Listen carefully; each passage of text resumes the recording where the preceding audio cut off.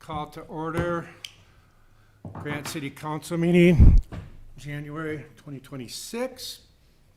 First item on the agenda is public input. Do we have anyone that'd like to give public comment today? No? Anyone online? If you're online and want to give public comment, raise your hands.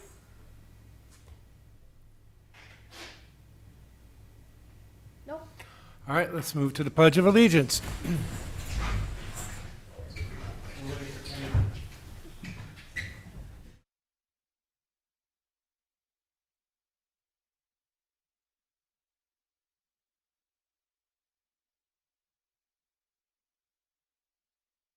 I pledge allegiance to the flag of the United States of America and to the republic for which it stands, one nation, under God, indivisible, with liberty and justice for all. All right, approval of the regular agenda. Move to approve? I'll second.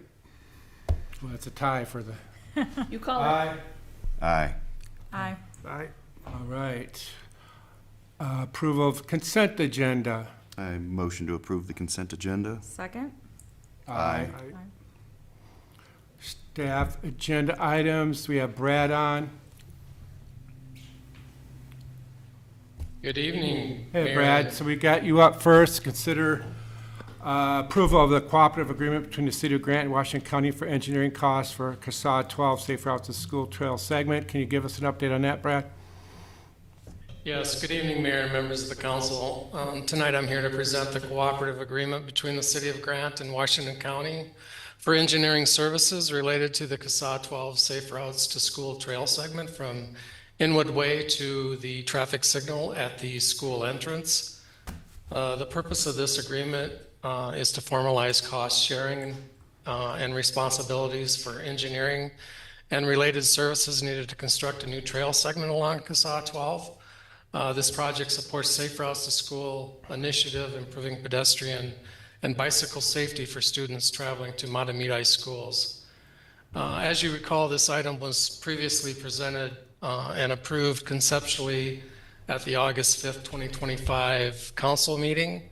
The initial purpose of authorizing the preliminary design work was to enable the county to solicit quotes from engineering firms for detailed trail design and to refine construction cost estimates.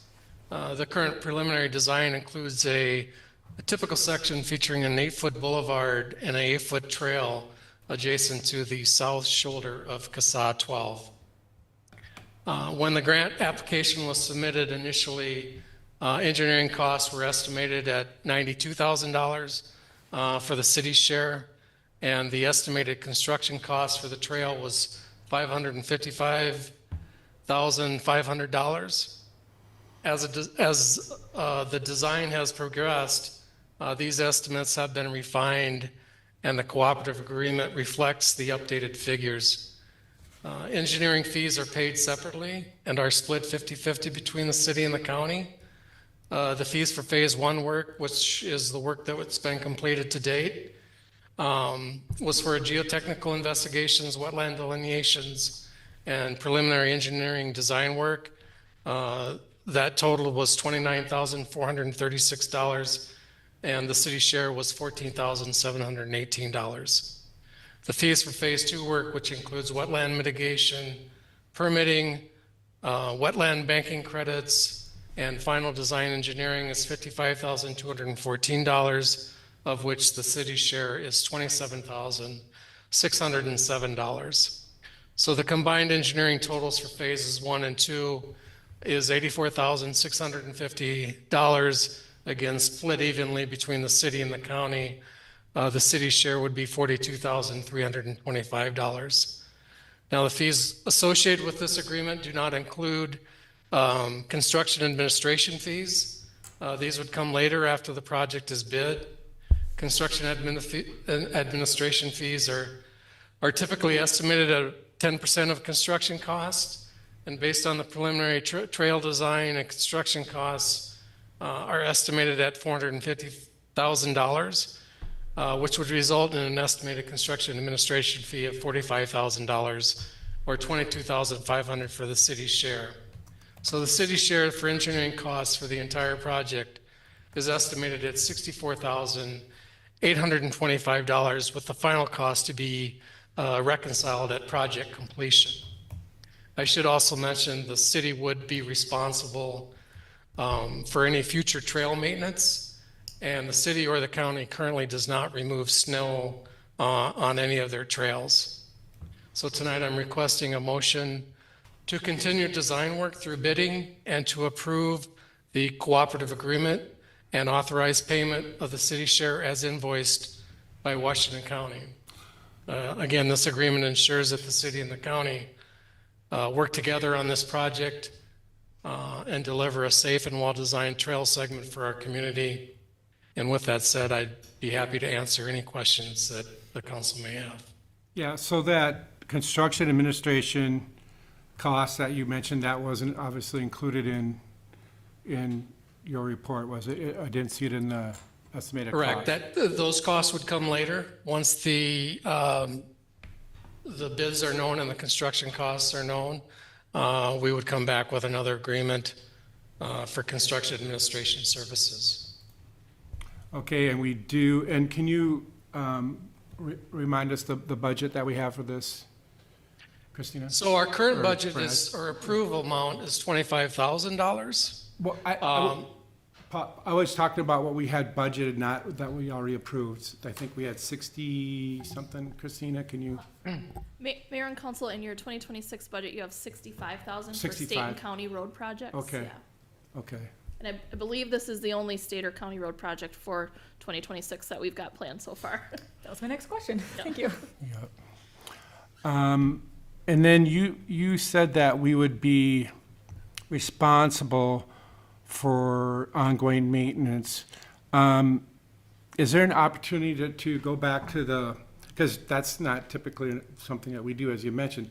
Is there an opportunity to go back to the school district and see if they would be willing to take on that? Because if they're doing the same maintenance for their portion of this project north of the CSAH 12, would it be possible to see if they would take on the maintenance of the? Yeah, so Mayor and members of the council, typically these maintenance agreements are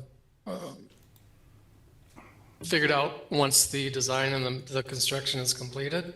So we could certainly ask the school district if they would be interested in maintaining this trail segment for the city of Grant. Something that we can certainly bring up to them. Let's, while the council considers that, can you bring up the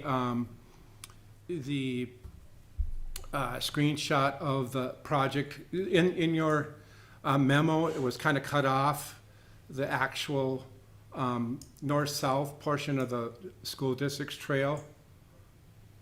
Can you bring that up? You know, Christina, I need you to give me, Yeah, this is, Yeah, it's this. oh, this yeah, got cut off. I need the responsibility Oh. to be able to share. You know what, Brad? I'm seeing here that it's showing on, so maybe it was just my PDF settings. Hang on. All right. No need to do that. So so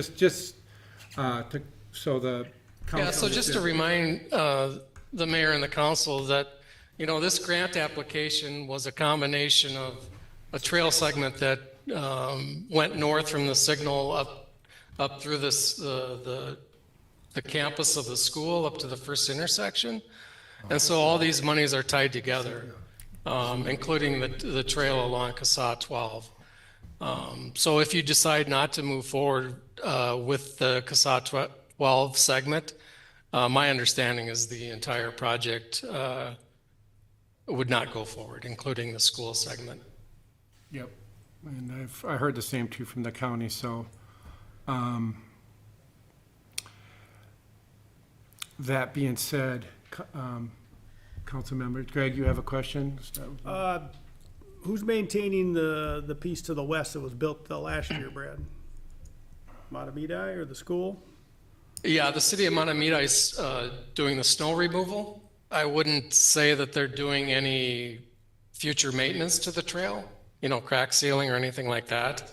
But they are doing the snow removal. And remind us the schedule again on, so this is funded through Safe Routes money? The construction is, right? Construction is, okay. Engineering wouldn't be. I think the money has to be spent by 2027. All right, so their intent would be to build this year, or at least get a contract in place? I believe so. So the city would be on the hook for the generally 64, give or take, if you include the construction costs, and then potentially maintenance.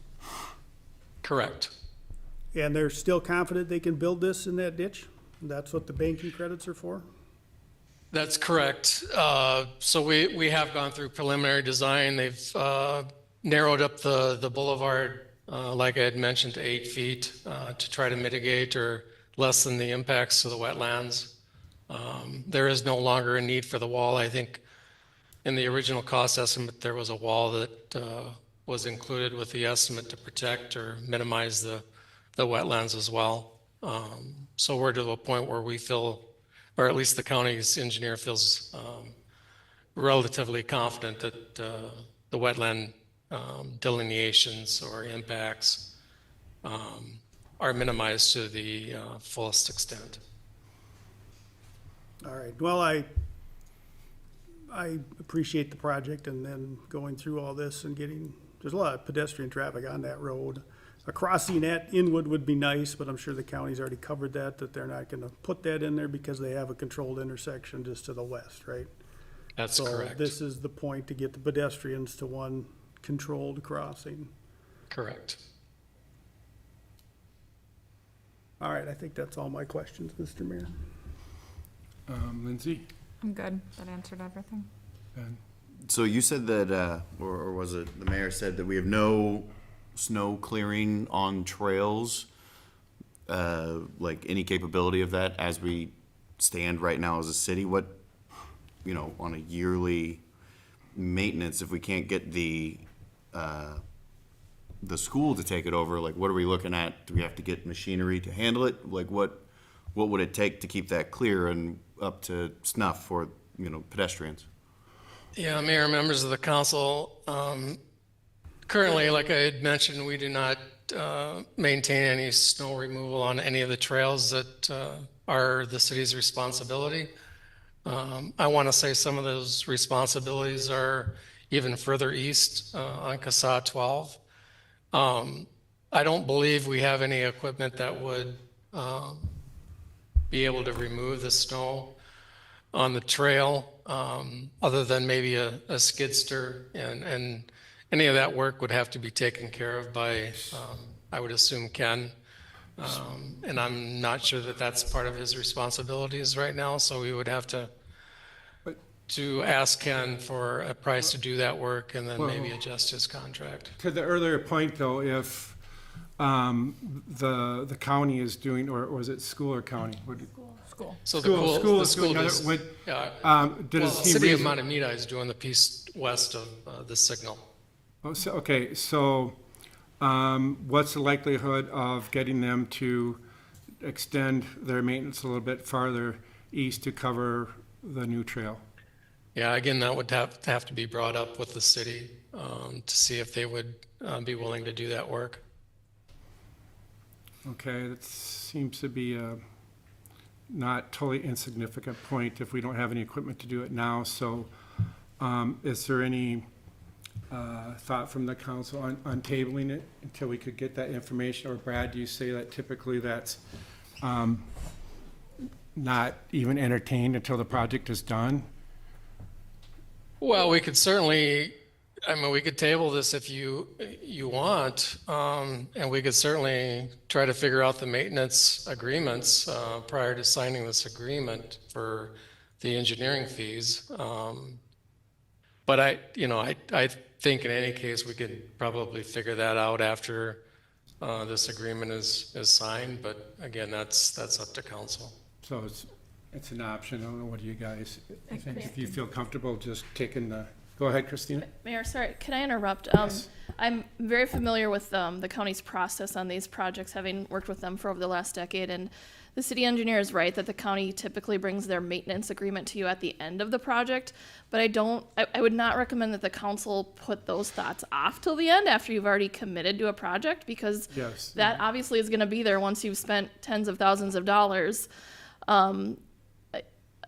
You might want to think about tabling it and having those conversations, whether it's with the school district or the city of Matamidi. The maintenance agreement that the city engineer is talking about will be between the city and Washington County. And that will say that Washington County is not going to do your maintenance like snow plowing and seal coating and crack filling. They will just do your major maintenance of redoing the trail.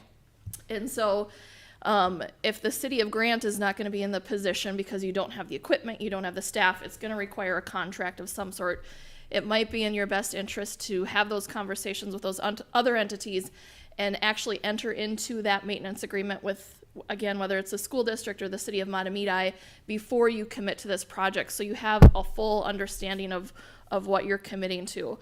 I've done similar things in projects where I've worked with the county, and it's been, 2 cities, and who's going to maintain this dead end road that's on the city, city line of 2 cities, for example, or things like that.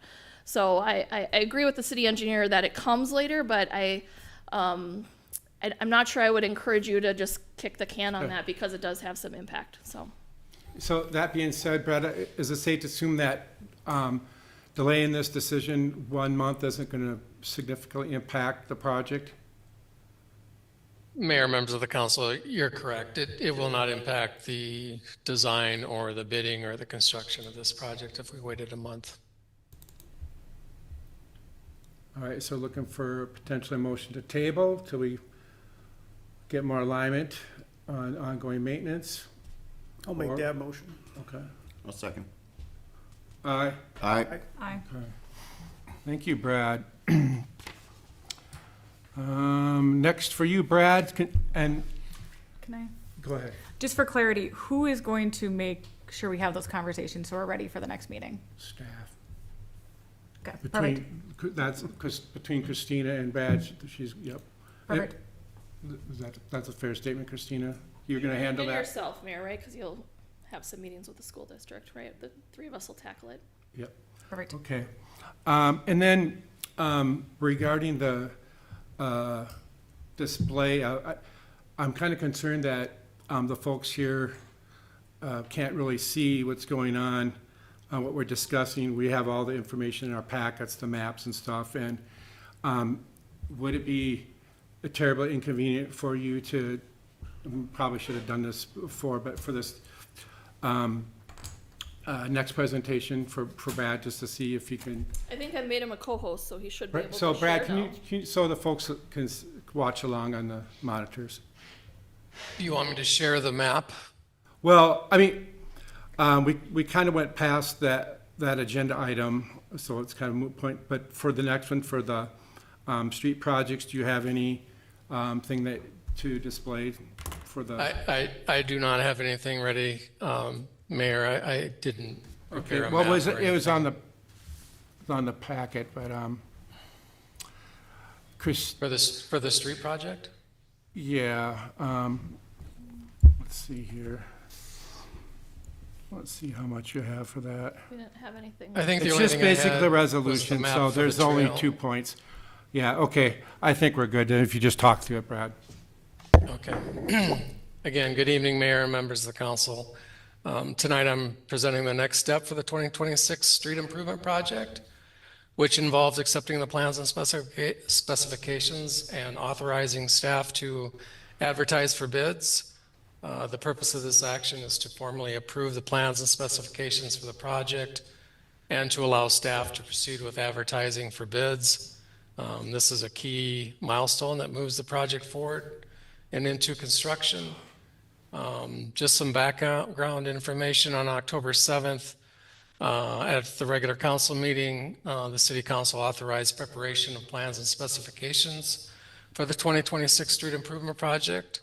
The project includes improvements to 66th Street North and Great Oak Trail North, both of which have deteriorating pavement Conditions, the selected method for these improvements is full depth reclamation, which will restore pavement integrity and extend the life of these streets.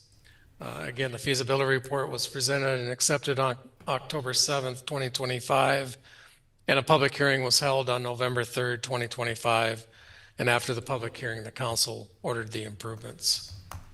The total estimated cost of the project is $370,187, which includes construction costs plus a 10% contingency and engineering, legal, and financing expenses.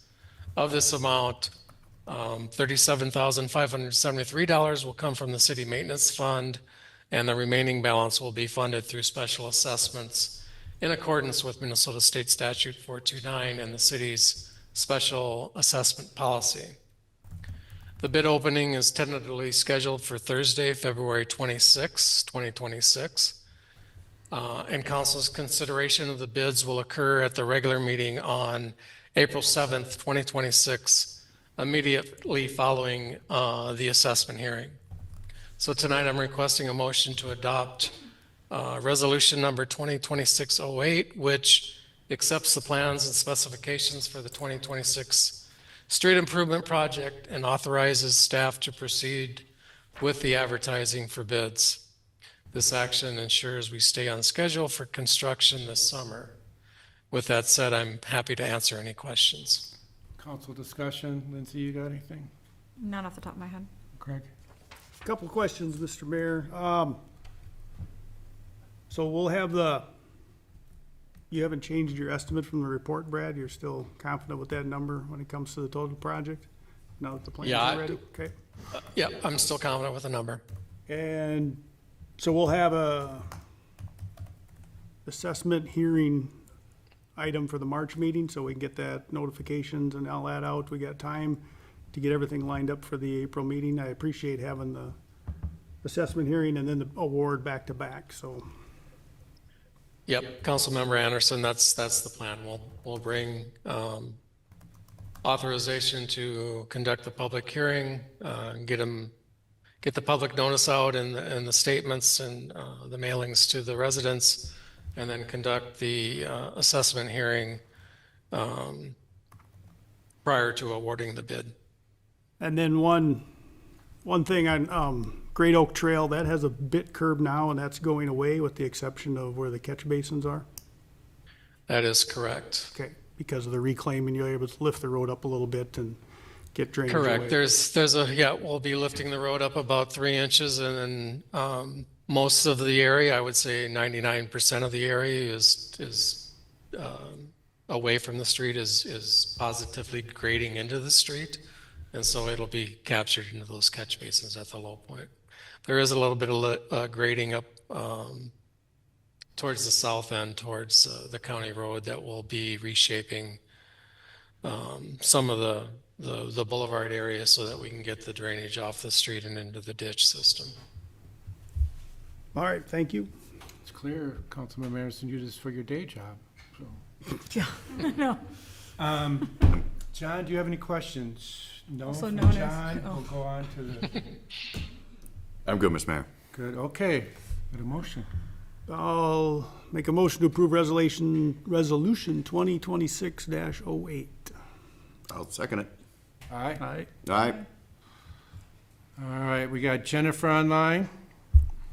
Talk to us about a public hearing for consideration of resolution 2026-05, variance from required wetland setback for 9850 Manning Avenue North.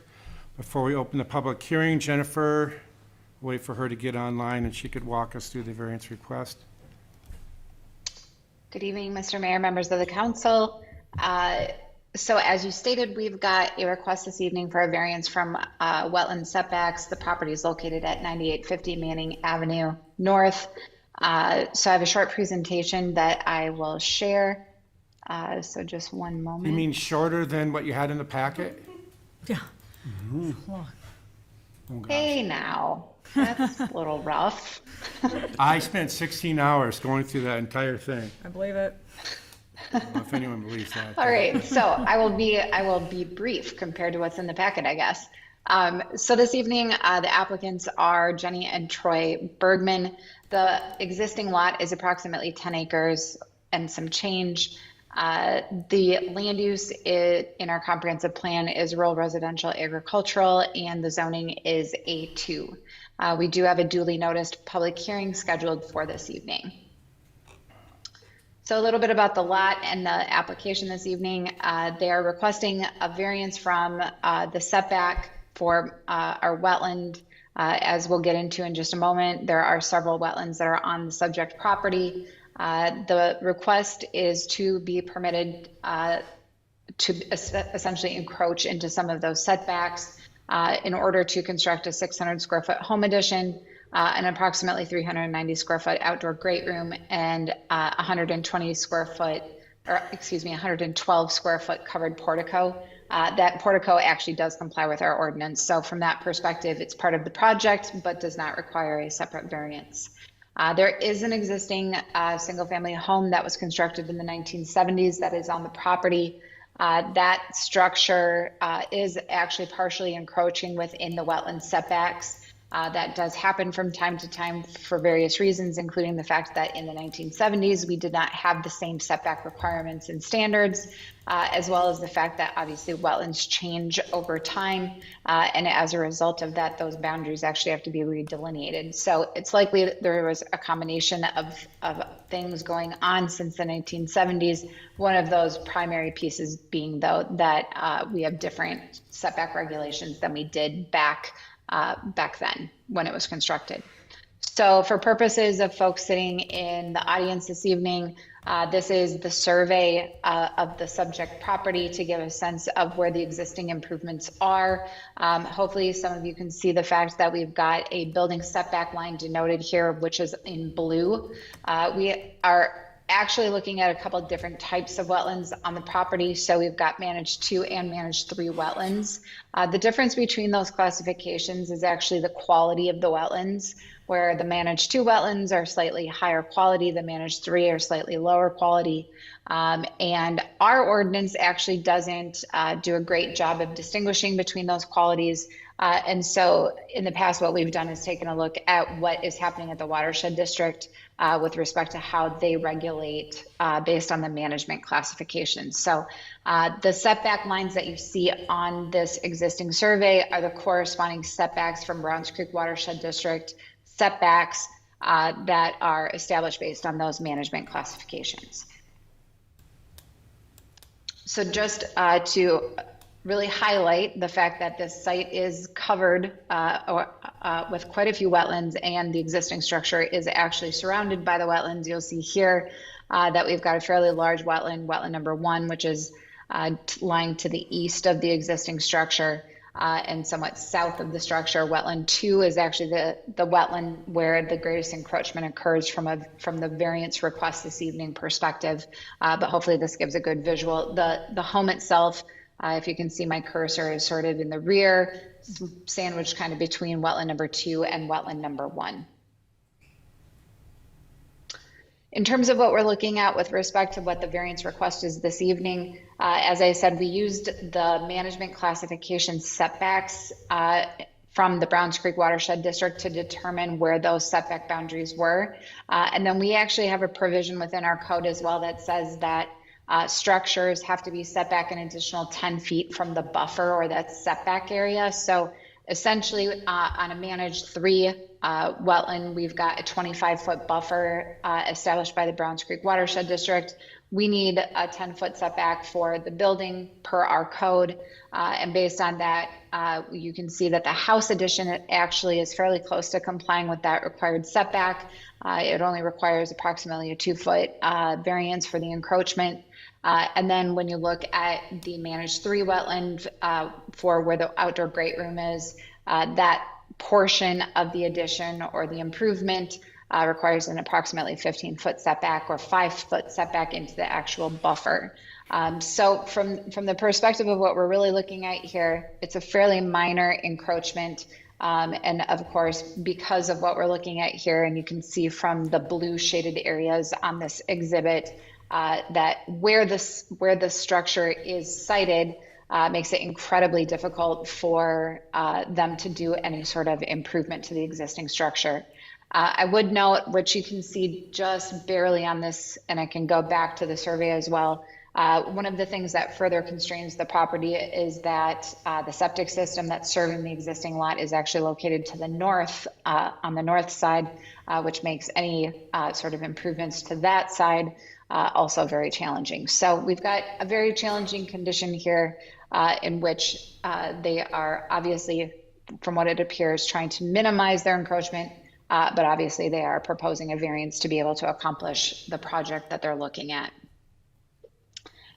For folks that might be looking or watching at home, so this gives a little bit of a detail from an architectural perspective of what they're looking at doing. You can see that across the west elevation, it's actually going to look quite similar to what we're looking at today, because the portion of the addition actually extends across that whole elevation in terms of the improvement or the addition. On the east elevation, which is where the front is located today, there's actually a portico that's being proposed. The portico actually does meet and comply with the setback standards. So from that perspective, we're not looking at a variance, but it is part of the overall project. Just to highlight it, to make it easy in plan view, you can see the pink area. That is the addition that is on what would be the west elevation. That is the portion that is encroaching the furthest and requires the variance from the wetland setback and that building setback line. The green is the front portico. So when we take a look at a variance, we have basically a three-pronged test that we have to take a look at. It's established in City Codes 32-59 and 32-60. The criteria that we are charged with taking a look at is that essentially what they're requesting is reasonable, and that there's no other way in order for them to achieve the proposed use or the improvement. The landowner, it must be due to unique physical conditions of the land. It can't also be something that we look at and say, well, this would apply to every other property that would be within this land use or this zoning district. The unique conditions that are established under number 2 cannot be due to the landowner's making. So essentially, we're really looking at, are there unique physical characteristics that exist here that are making it such that they are difficult to comply with the letter of the law or the letter of the ordinance. So staff went through and provided a full analysis within your staff report. Essentially, we did deem that the rural residential use is obviously what it's already constructed for. That existing home was constructed. The use has been there since the 1970s. It's reasonable to want to bring it up to a modern standard. And they did not pick the sited or the location of that existing structure. And as I stated, there are also some of those utility improvements, including the septic and the well, et cetera, that are further constraining their opportunities for where those improvements could be located. We do believe that the addition is also minimized to a significant extent. I know some of you are new. We've had a couple of variances over the last decade or so where folks have actually proposed to almost double the size of the structure. This certainly falls well short of that. It's a fairly modest improvement that they're looking at, and they truly are constrained in terms of where that improvement could be located. The plight of the landowner must be due to unique physical characteristics of the land. In this case, obviously the major limiting factor from a constraining perspective is the presence of all the wetland and the fact that that wetland is sort of encasing or surrounding the property. That is certainly unique. Typically, we'll see a wetland on a property, which may constrain the ability to expand in one direction. But in this case, we do have several wetlands that are limiting the area, as well as the location of the septic system, which makes it quite difficult to site an improvement or to re-site the septic system in the event of an addition in that direction. So from that perspective, that's certainly something that is unique to the property and is not necessarily applicable to all other lots that exist within that zoning or land use designation. Finally, The conditions cannot be created or accepted by the landowner. Again, in this case, the structure was constructed in the 1970s. It predates the existence of several of these regulations and ordinances. So from that perspective, it certainly is not something that was created by this particular landowner. And actually, it likely wasn't even created by the prior landowner from the standpoint of the standards or those setback requirements did not exist at that time.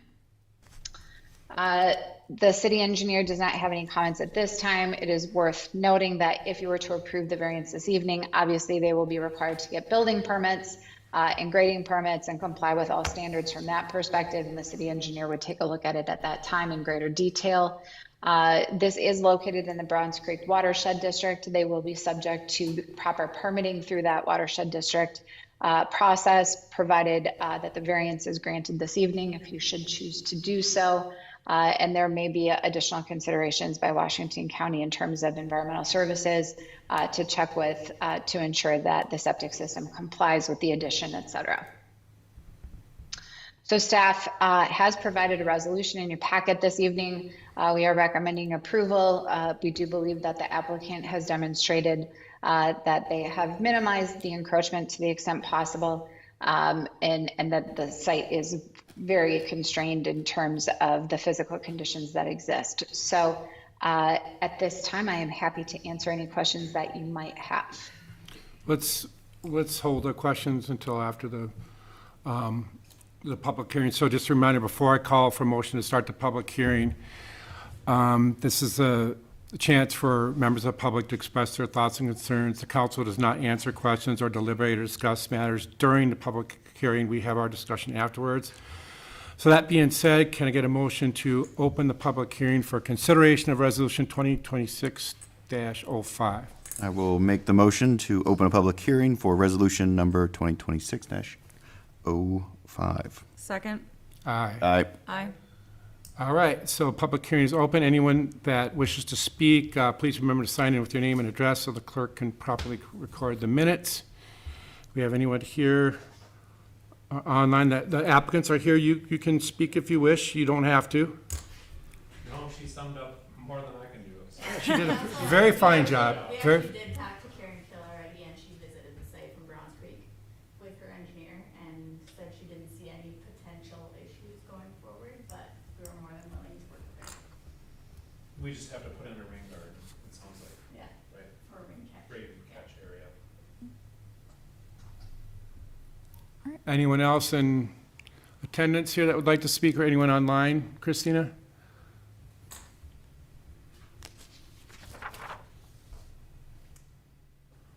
No one's raising their hand.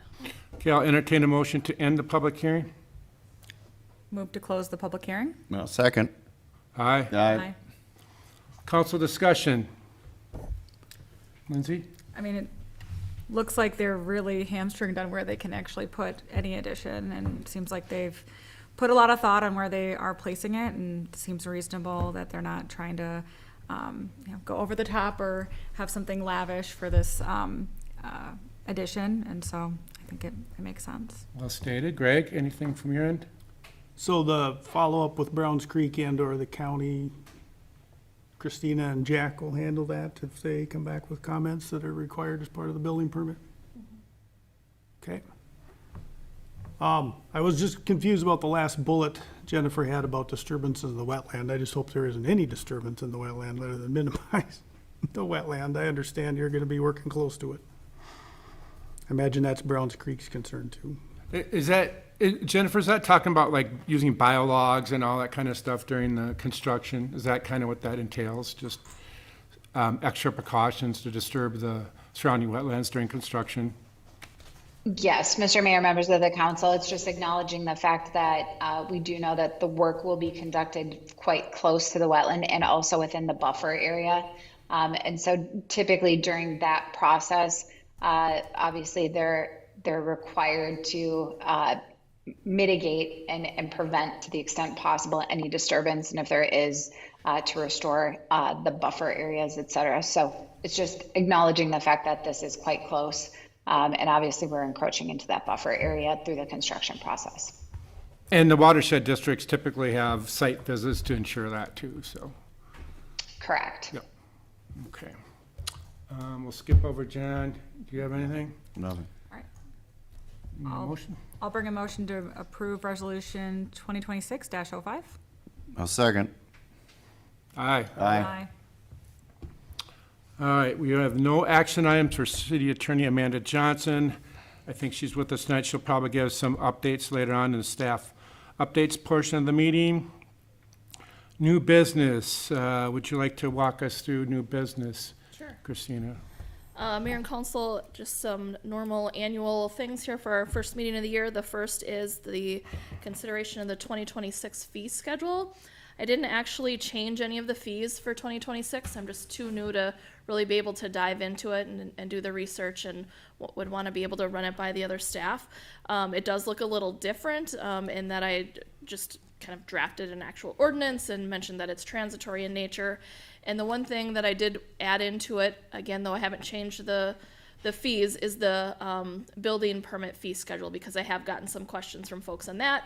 Jack's always been helpful and willing to answer people's questions, but I felt from a transparency standpoint that people should be able to see this on our website, and if they chose to do it themselves, knowing the valuation of their home, be able to get a calculation of what their building permit fee would be. So I did add that in there, but otherwise, no changes that I'm proposing. If there's some changes that council would like to see at this point in time, you could amend the proposed fee schedule before we get it adopted.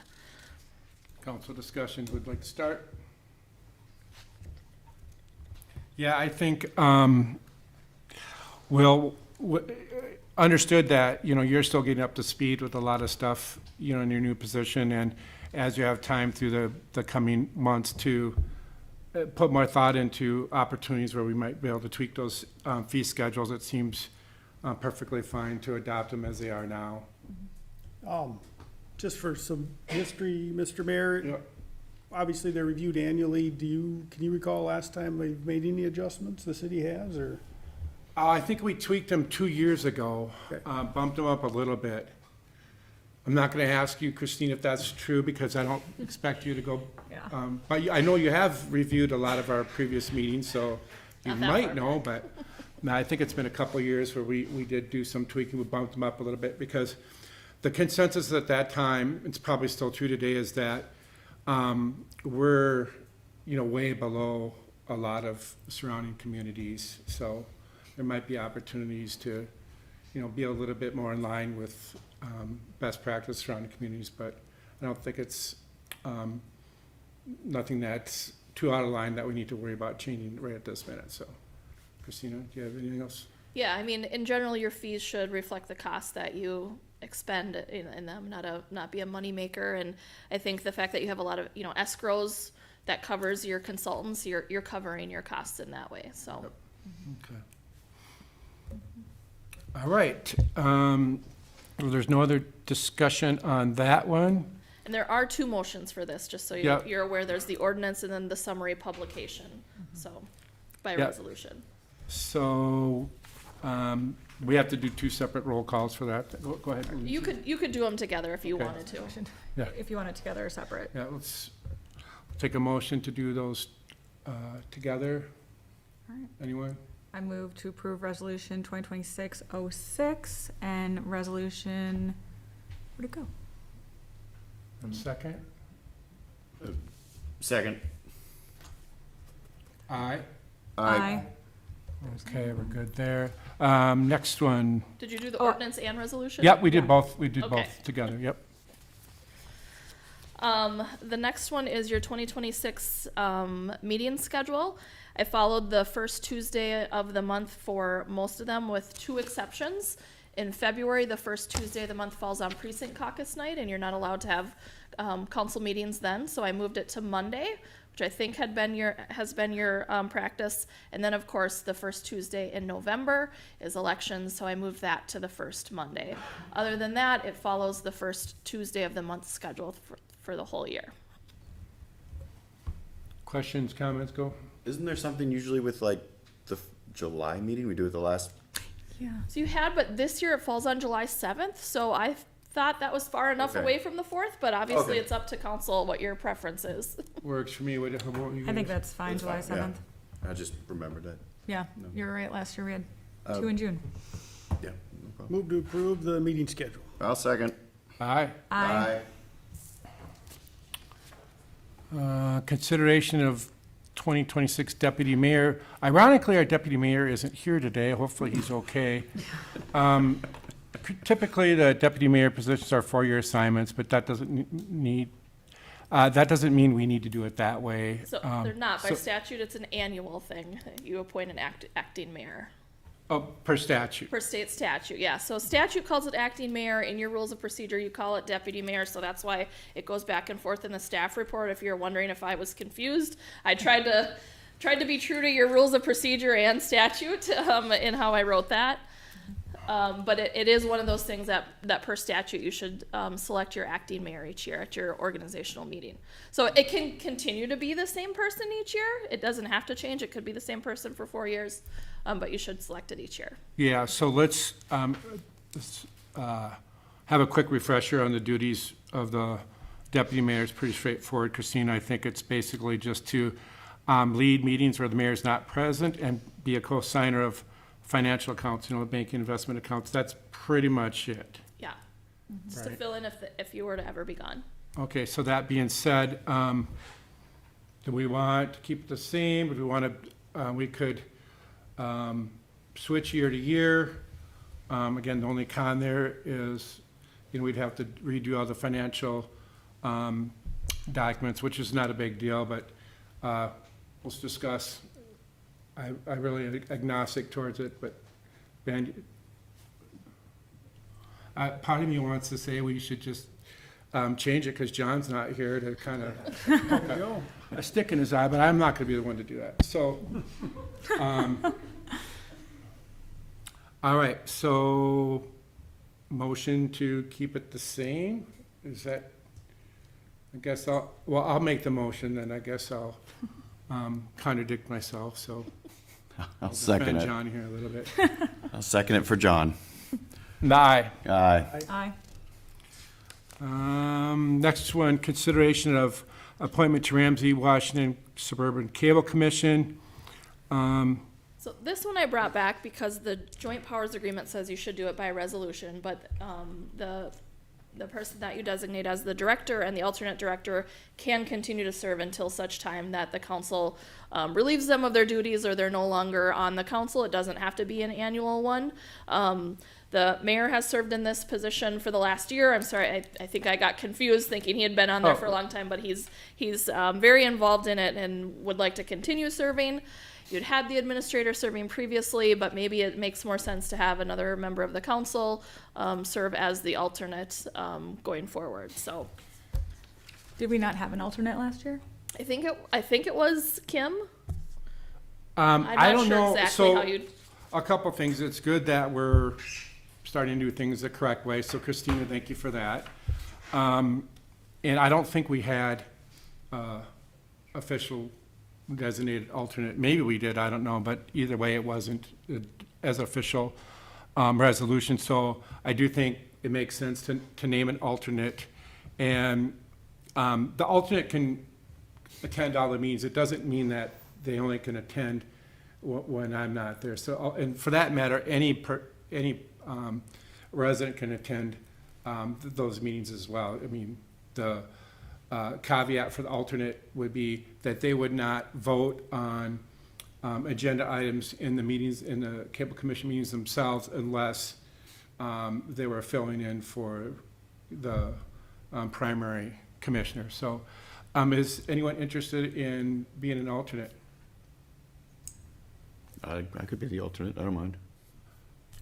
That's fine. Sounds good, Ben. Okay. So we need a motion to make that happen. I'll approve resolution 2026-07 with the mayor as the appointed to the commission and Ben as the alternate. Second? Aye. Aye. Aye. Unfinished business, I don't see that we have any unfinished business. Discussion items, staff updates. I think we have some updates. Christina, do you want to start? Or Sure. Okay, well, we'll have Christina start and then we'll go to. Mayor and Council, just wanted to share a few things. I started office hours this week, Tuesdays and Thursdays from 8:30 to 12:30. Although I do encourage the public to check the website. At 6:30 this morning, a notice went up that they didn't start till 10 because of the icy roads.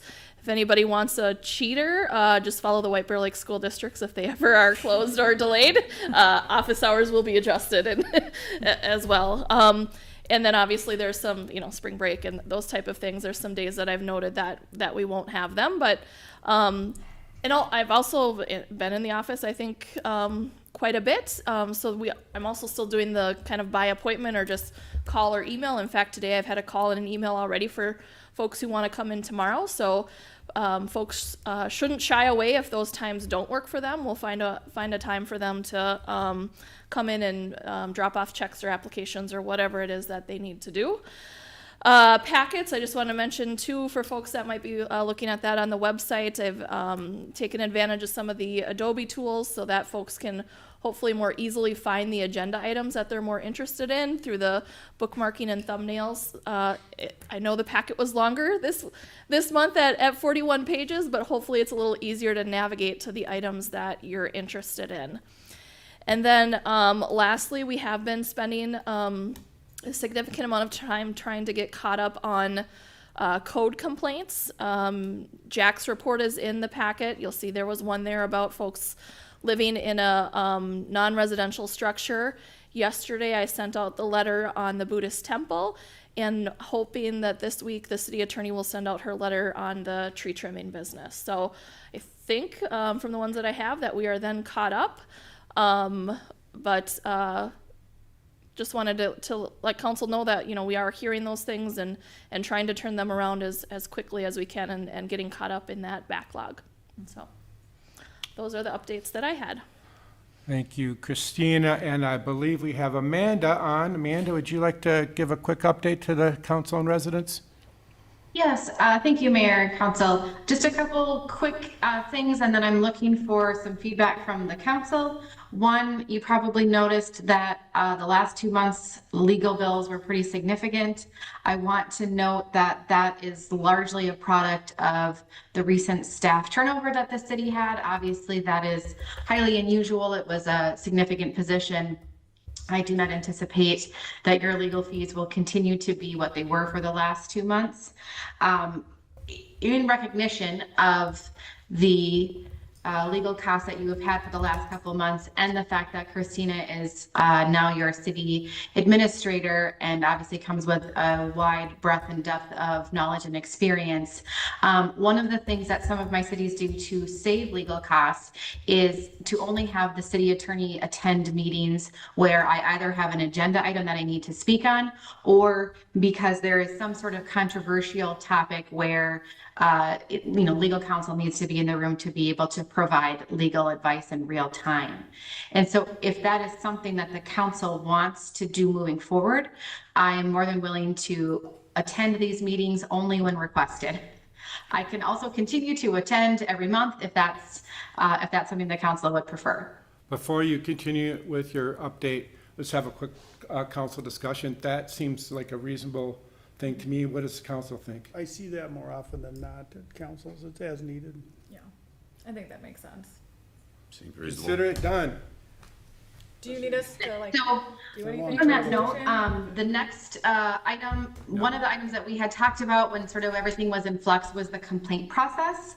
And so that will be coming before you in February. We had originally talked about having it now, but due to all of the things, all of the changes, we're waiting until February. I will work with Christina on that this month. If it's something that she feels like she wants me there, I will be at the February meeting. If it's something where she does not think she needs me, I will defer to her and she can present the complaint process.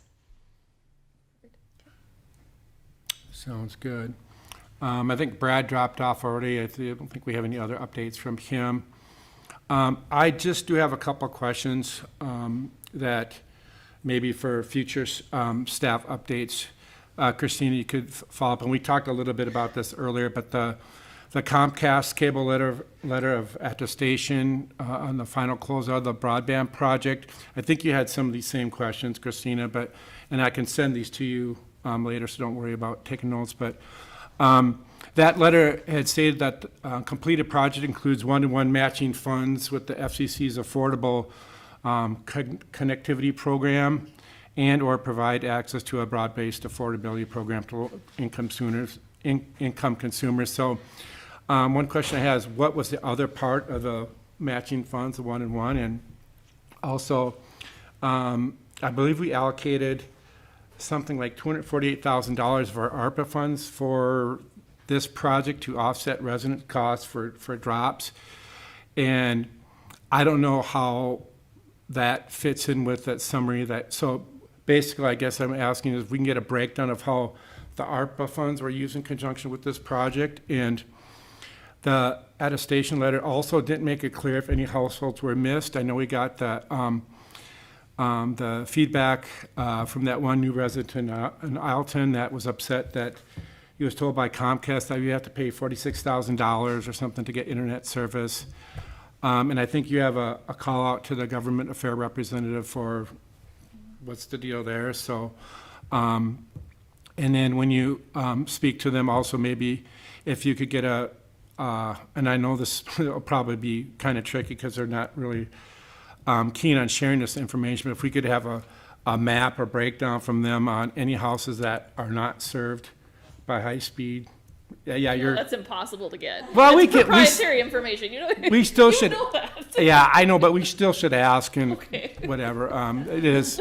So I'm just throwing that. I'll send that in email to you. So in the next. Okay, so we're done with staff updates. City council reports, future agenda items. My biggest thing was the complaint process, which Amanda already addressed, so we Yep. have that figured Yep. out. I know we were gonna also talk about just processes in general. Do we have a timing on when we wanna have that work session again? Yeah. So when Like we. April. Yeah. I mean, I'm more like just to think ahead. Right up the end of February, and so So, like I yeah, kind we- of have my hands full. We talked a little bit about it at some of those special session meetings, and I think the criticality of having clear defined process, it's not quite as critical right now, but I do think we should have a little bit more clearly documented processes around roles and responsibilities and the whole review process. So Christina, as you have time to tick off some of those other things on the ever-growing list of things that you want to get accomplished, just be thinking about when we can work that, because I think we're really looking to leverage your experience and kind of helping us shape those policies. So that being said, it's probably going to be a couple months before. I mean, I think I April just got all the sounds fine. finance stuff like dumped on me yesterday, so I gotta. That's what I mean. Okay. I gotta try and get up to speed on that and get the audit done, and then Yeah. To me, okay. I think it makes sense if we go, hey, let's plan for around April to kind of have like a check-in. You've had a chance to get more familiar with the role and where either you might see holes or things that we can revise or modify or, essentially bolster. It'd be Yep. nice to have maybe a check-in in April for Yep, that okay. meeting. sure. Although if I know Christina, she'll probably be proactive in including that in one of her many updates that she's been sending. Yeah, her to- weekly so- ones. Yeah, so Well, we'll that's, see if the email works or the phone works and all those other things. that was gonna be part of one of my updates. So one of the things that Christina brings as our new administrator is really improved communication and transparency. She's already sent out 3 comprehensive email updates to the council. If here's what's going on with different things in the city that we really didn't have visibility before. And so that's very much appreciated. And the office hours, I think, is one of the big ones. I think that's, I've heard from several people, as I sure the other council members have, that that's something that they wanted. And now they're getting office hours, so I think that's going to be really appreciated from the residents. So, thank you. I do have some quick updates. Cable Commission update. So I was just recently named to the executive committee as a secretary, and that committee met a couple weeks ago to discuss declining cable franchising revenues, and so we looked for ideas to cut expenses. So we're focusing on the cutting expenses, and as part of our strategic plan, we'll focus more on looking at ways to generate more revenue. But in that meeting, we just reviewed the 3 highest paid positions at the commission, and those were a production content manager, business manager, and the AV-IT technician. And we came up with a decision to eliminate the AV-IT position and instead use spot IT consulting for any IT needs, and that we're anticipating approximate $40K yearly savings on that. And that's all the updates I have. And the other thing I was going to bring up, you had already addressed in your meeting schedule, which is the caucuses, so that's covered there. And that's all I had. Okay. That brings us to community calendar. We're not going to ask John to read that. I would love to. You would love to? Yep. Wow. Good. Okay, let's hear it. Yep, Matamidi Public School Board meeting Monday, January 5th and January 26th, Matamidi District Education Center, 7 p.m. Stillwater Public Schools Board meeting Tuesday, January 6th and January 20th, Oak Park Learning Center, 5:30 p.m. Washington County Commissioners meeting Tuesdays, Government Center, 9 a.m. Martin Luther King Jr. Day, Monday, Jan 19 of this year. I motion to adjourn. Second. Aye. Aye. Thank you, everyone. Good first meeting of the year. Yes. We did it.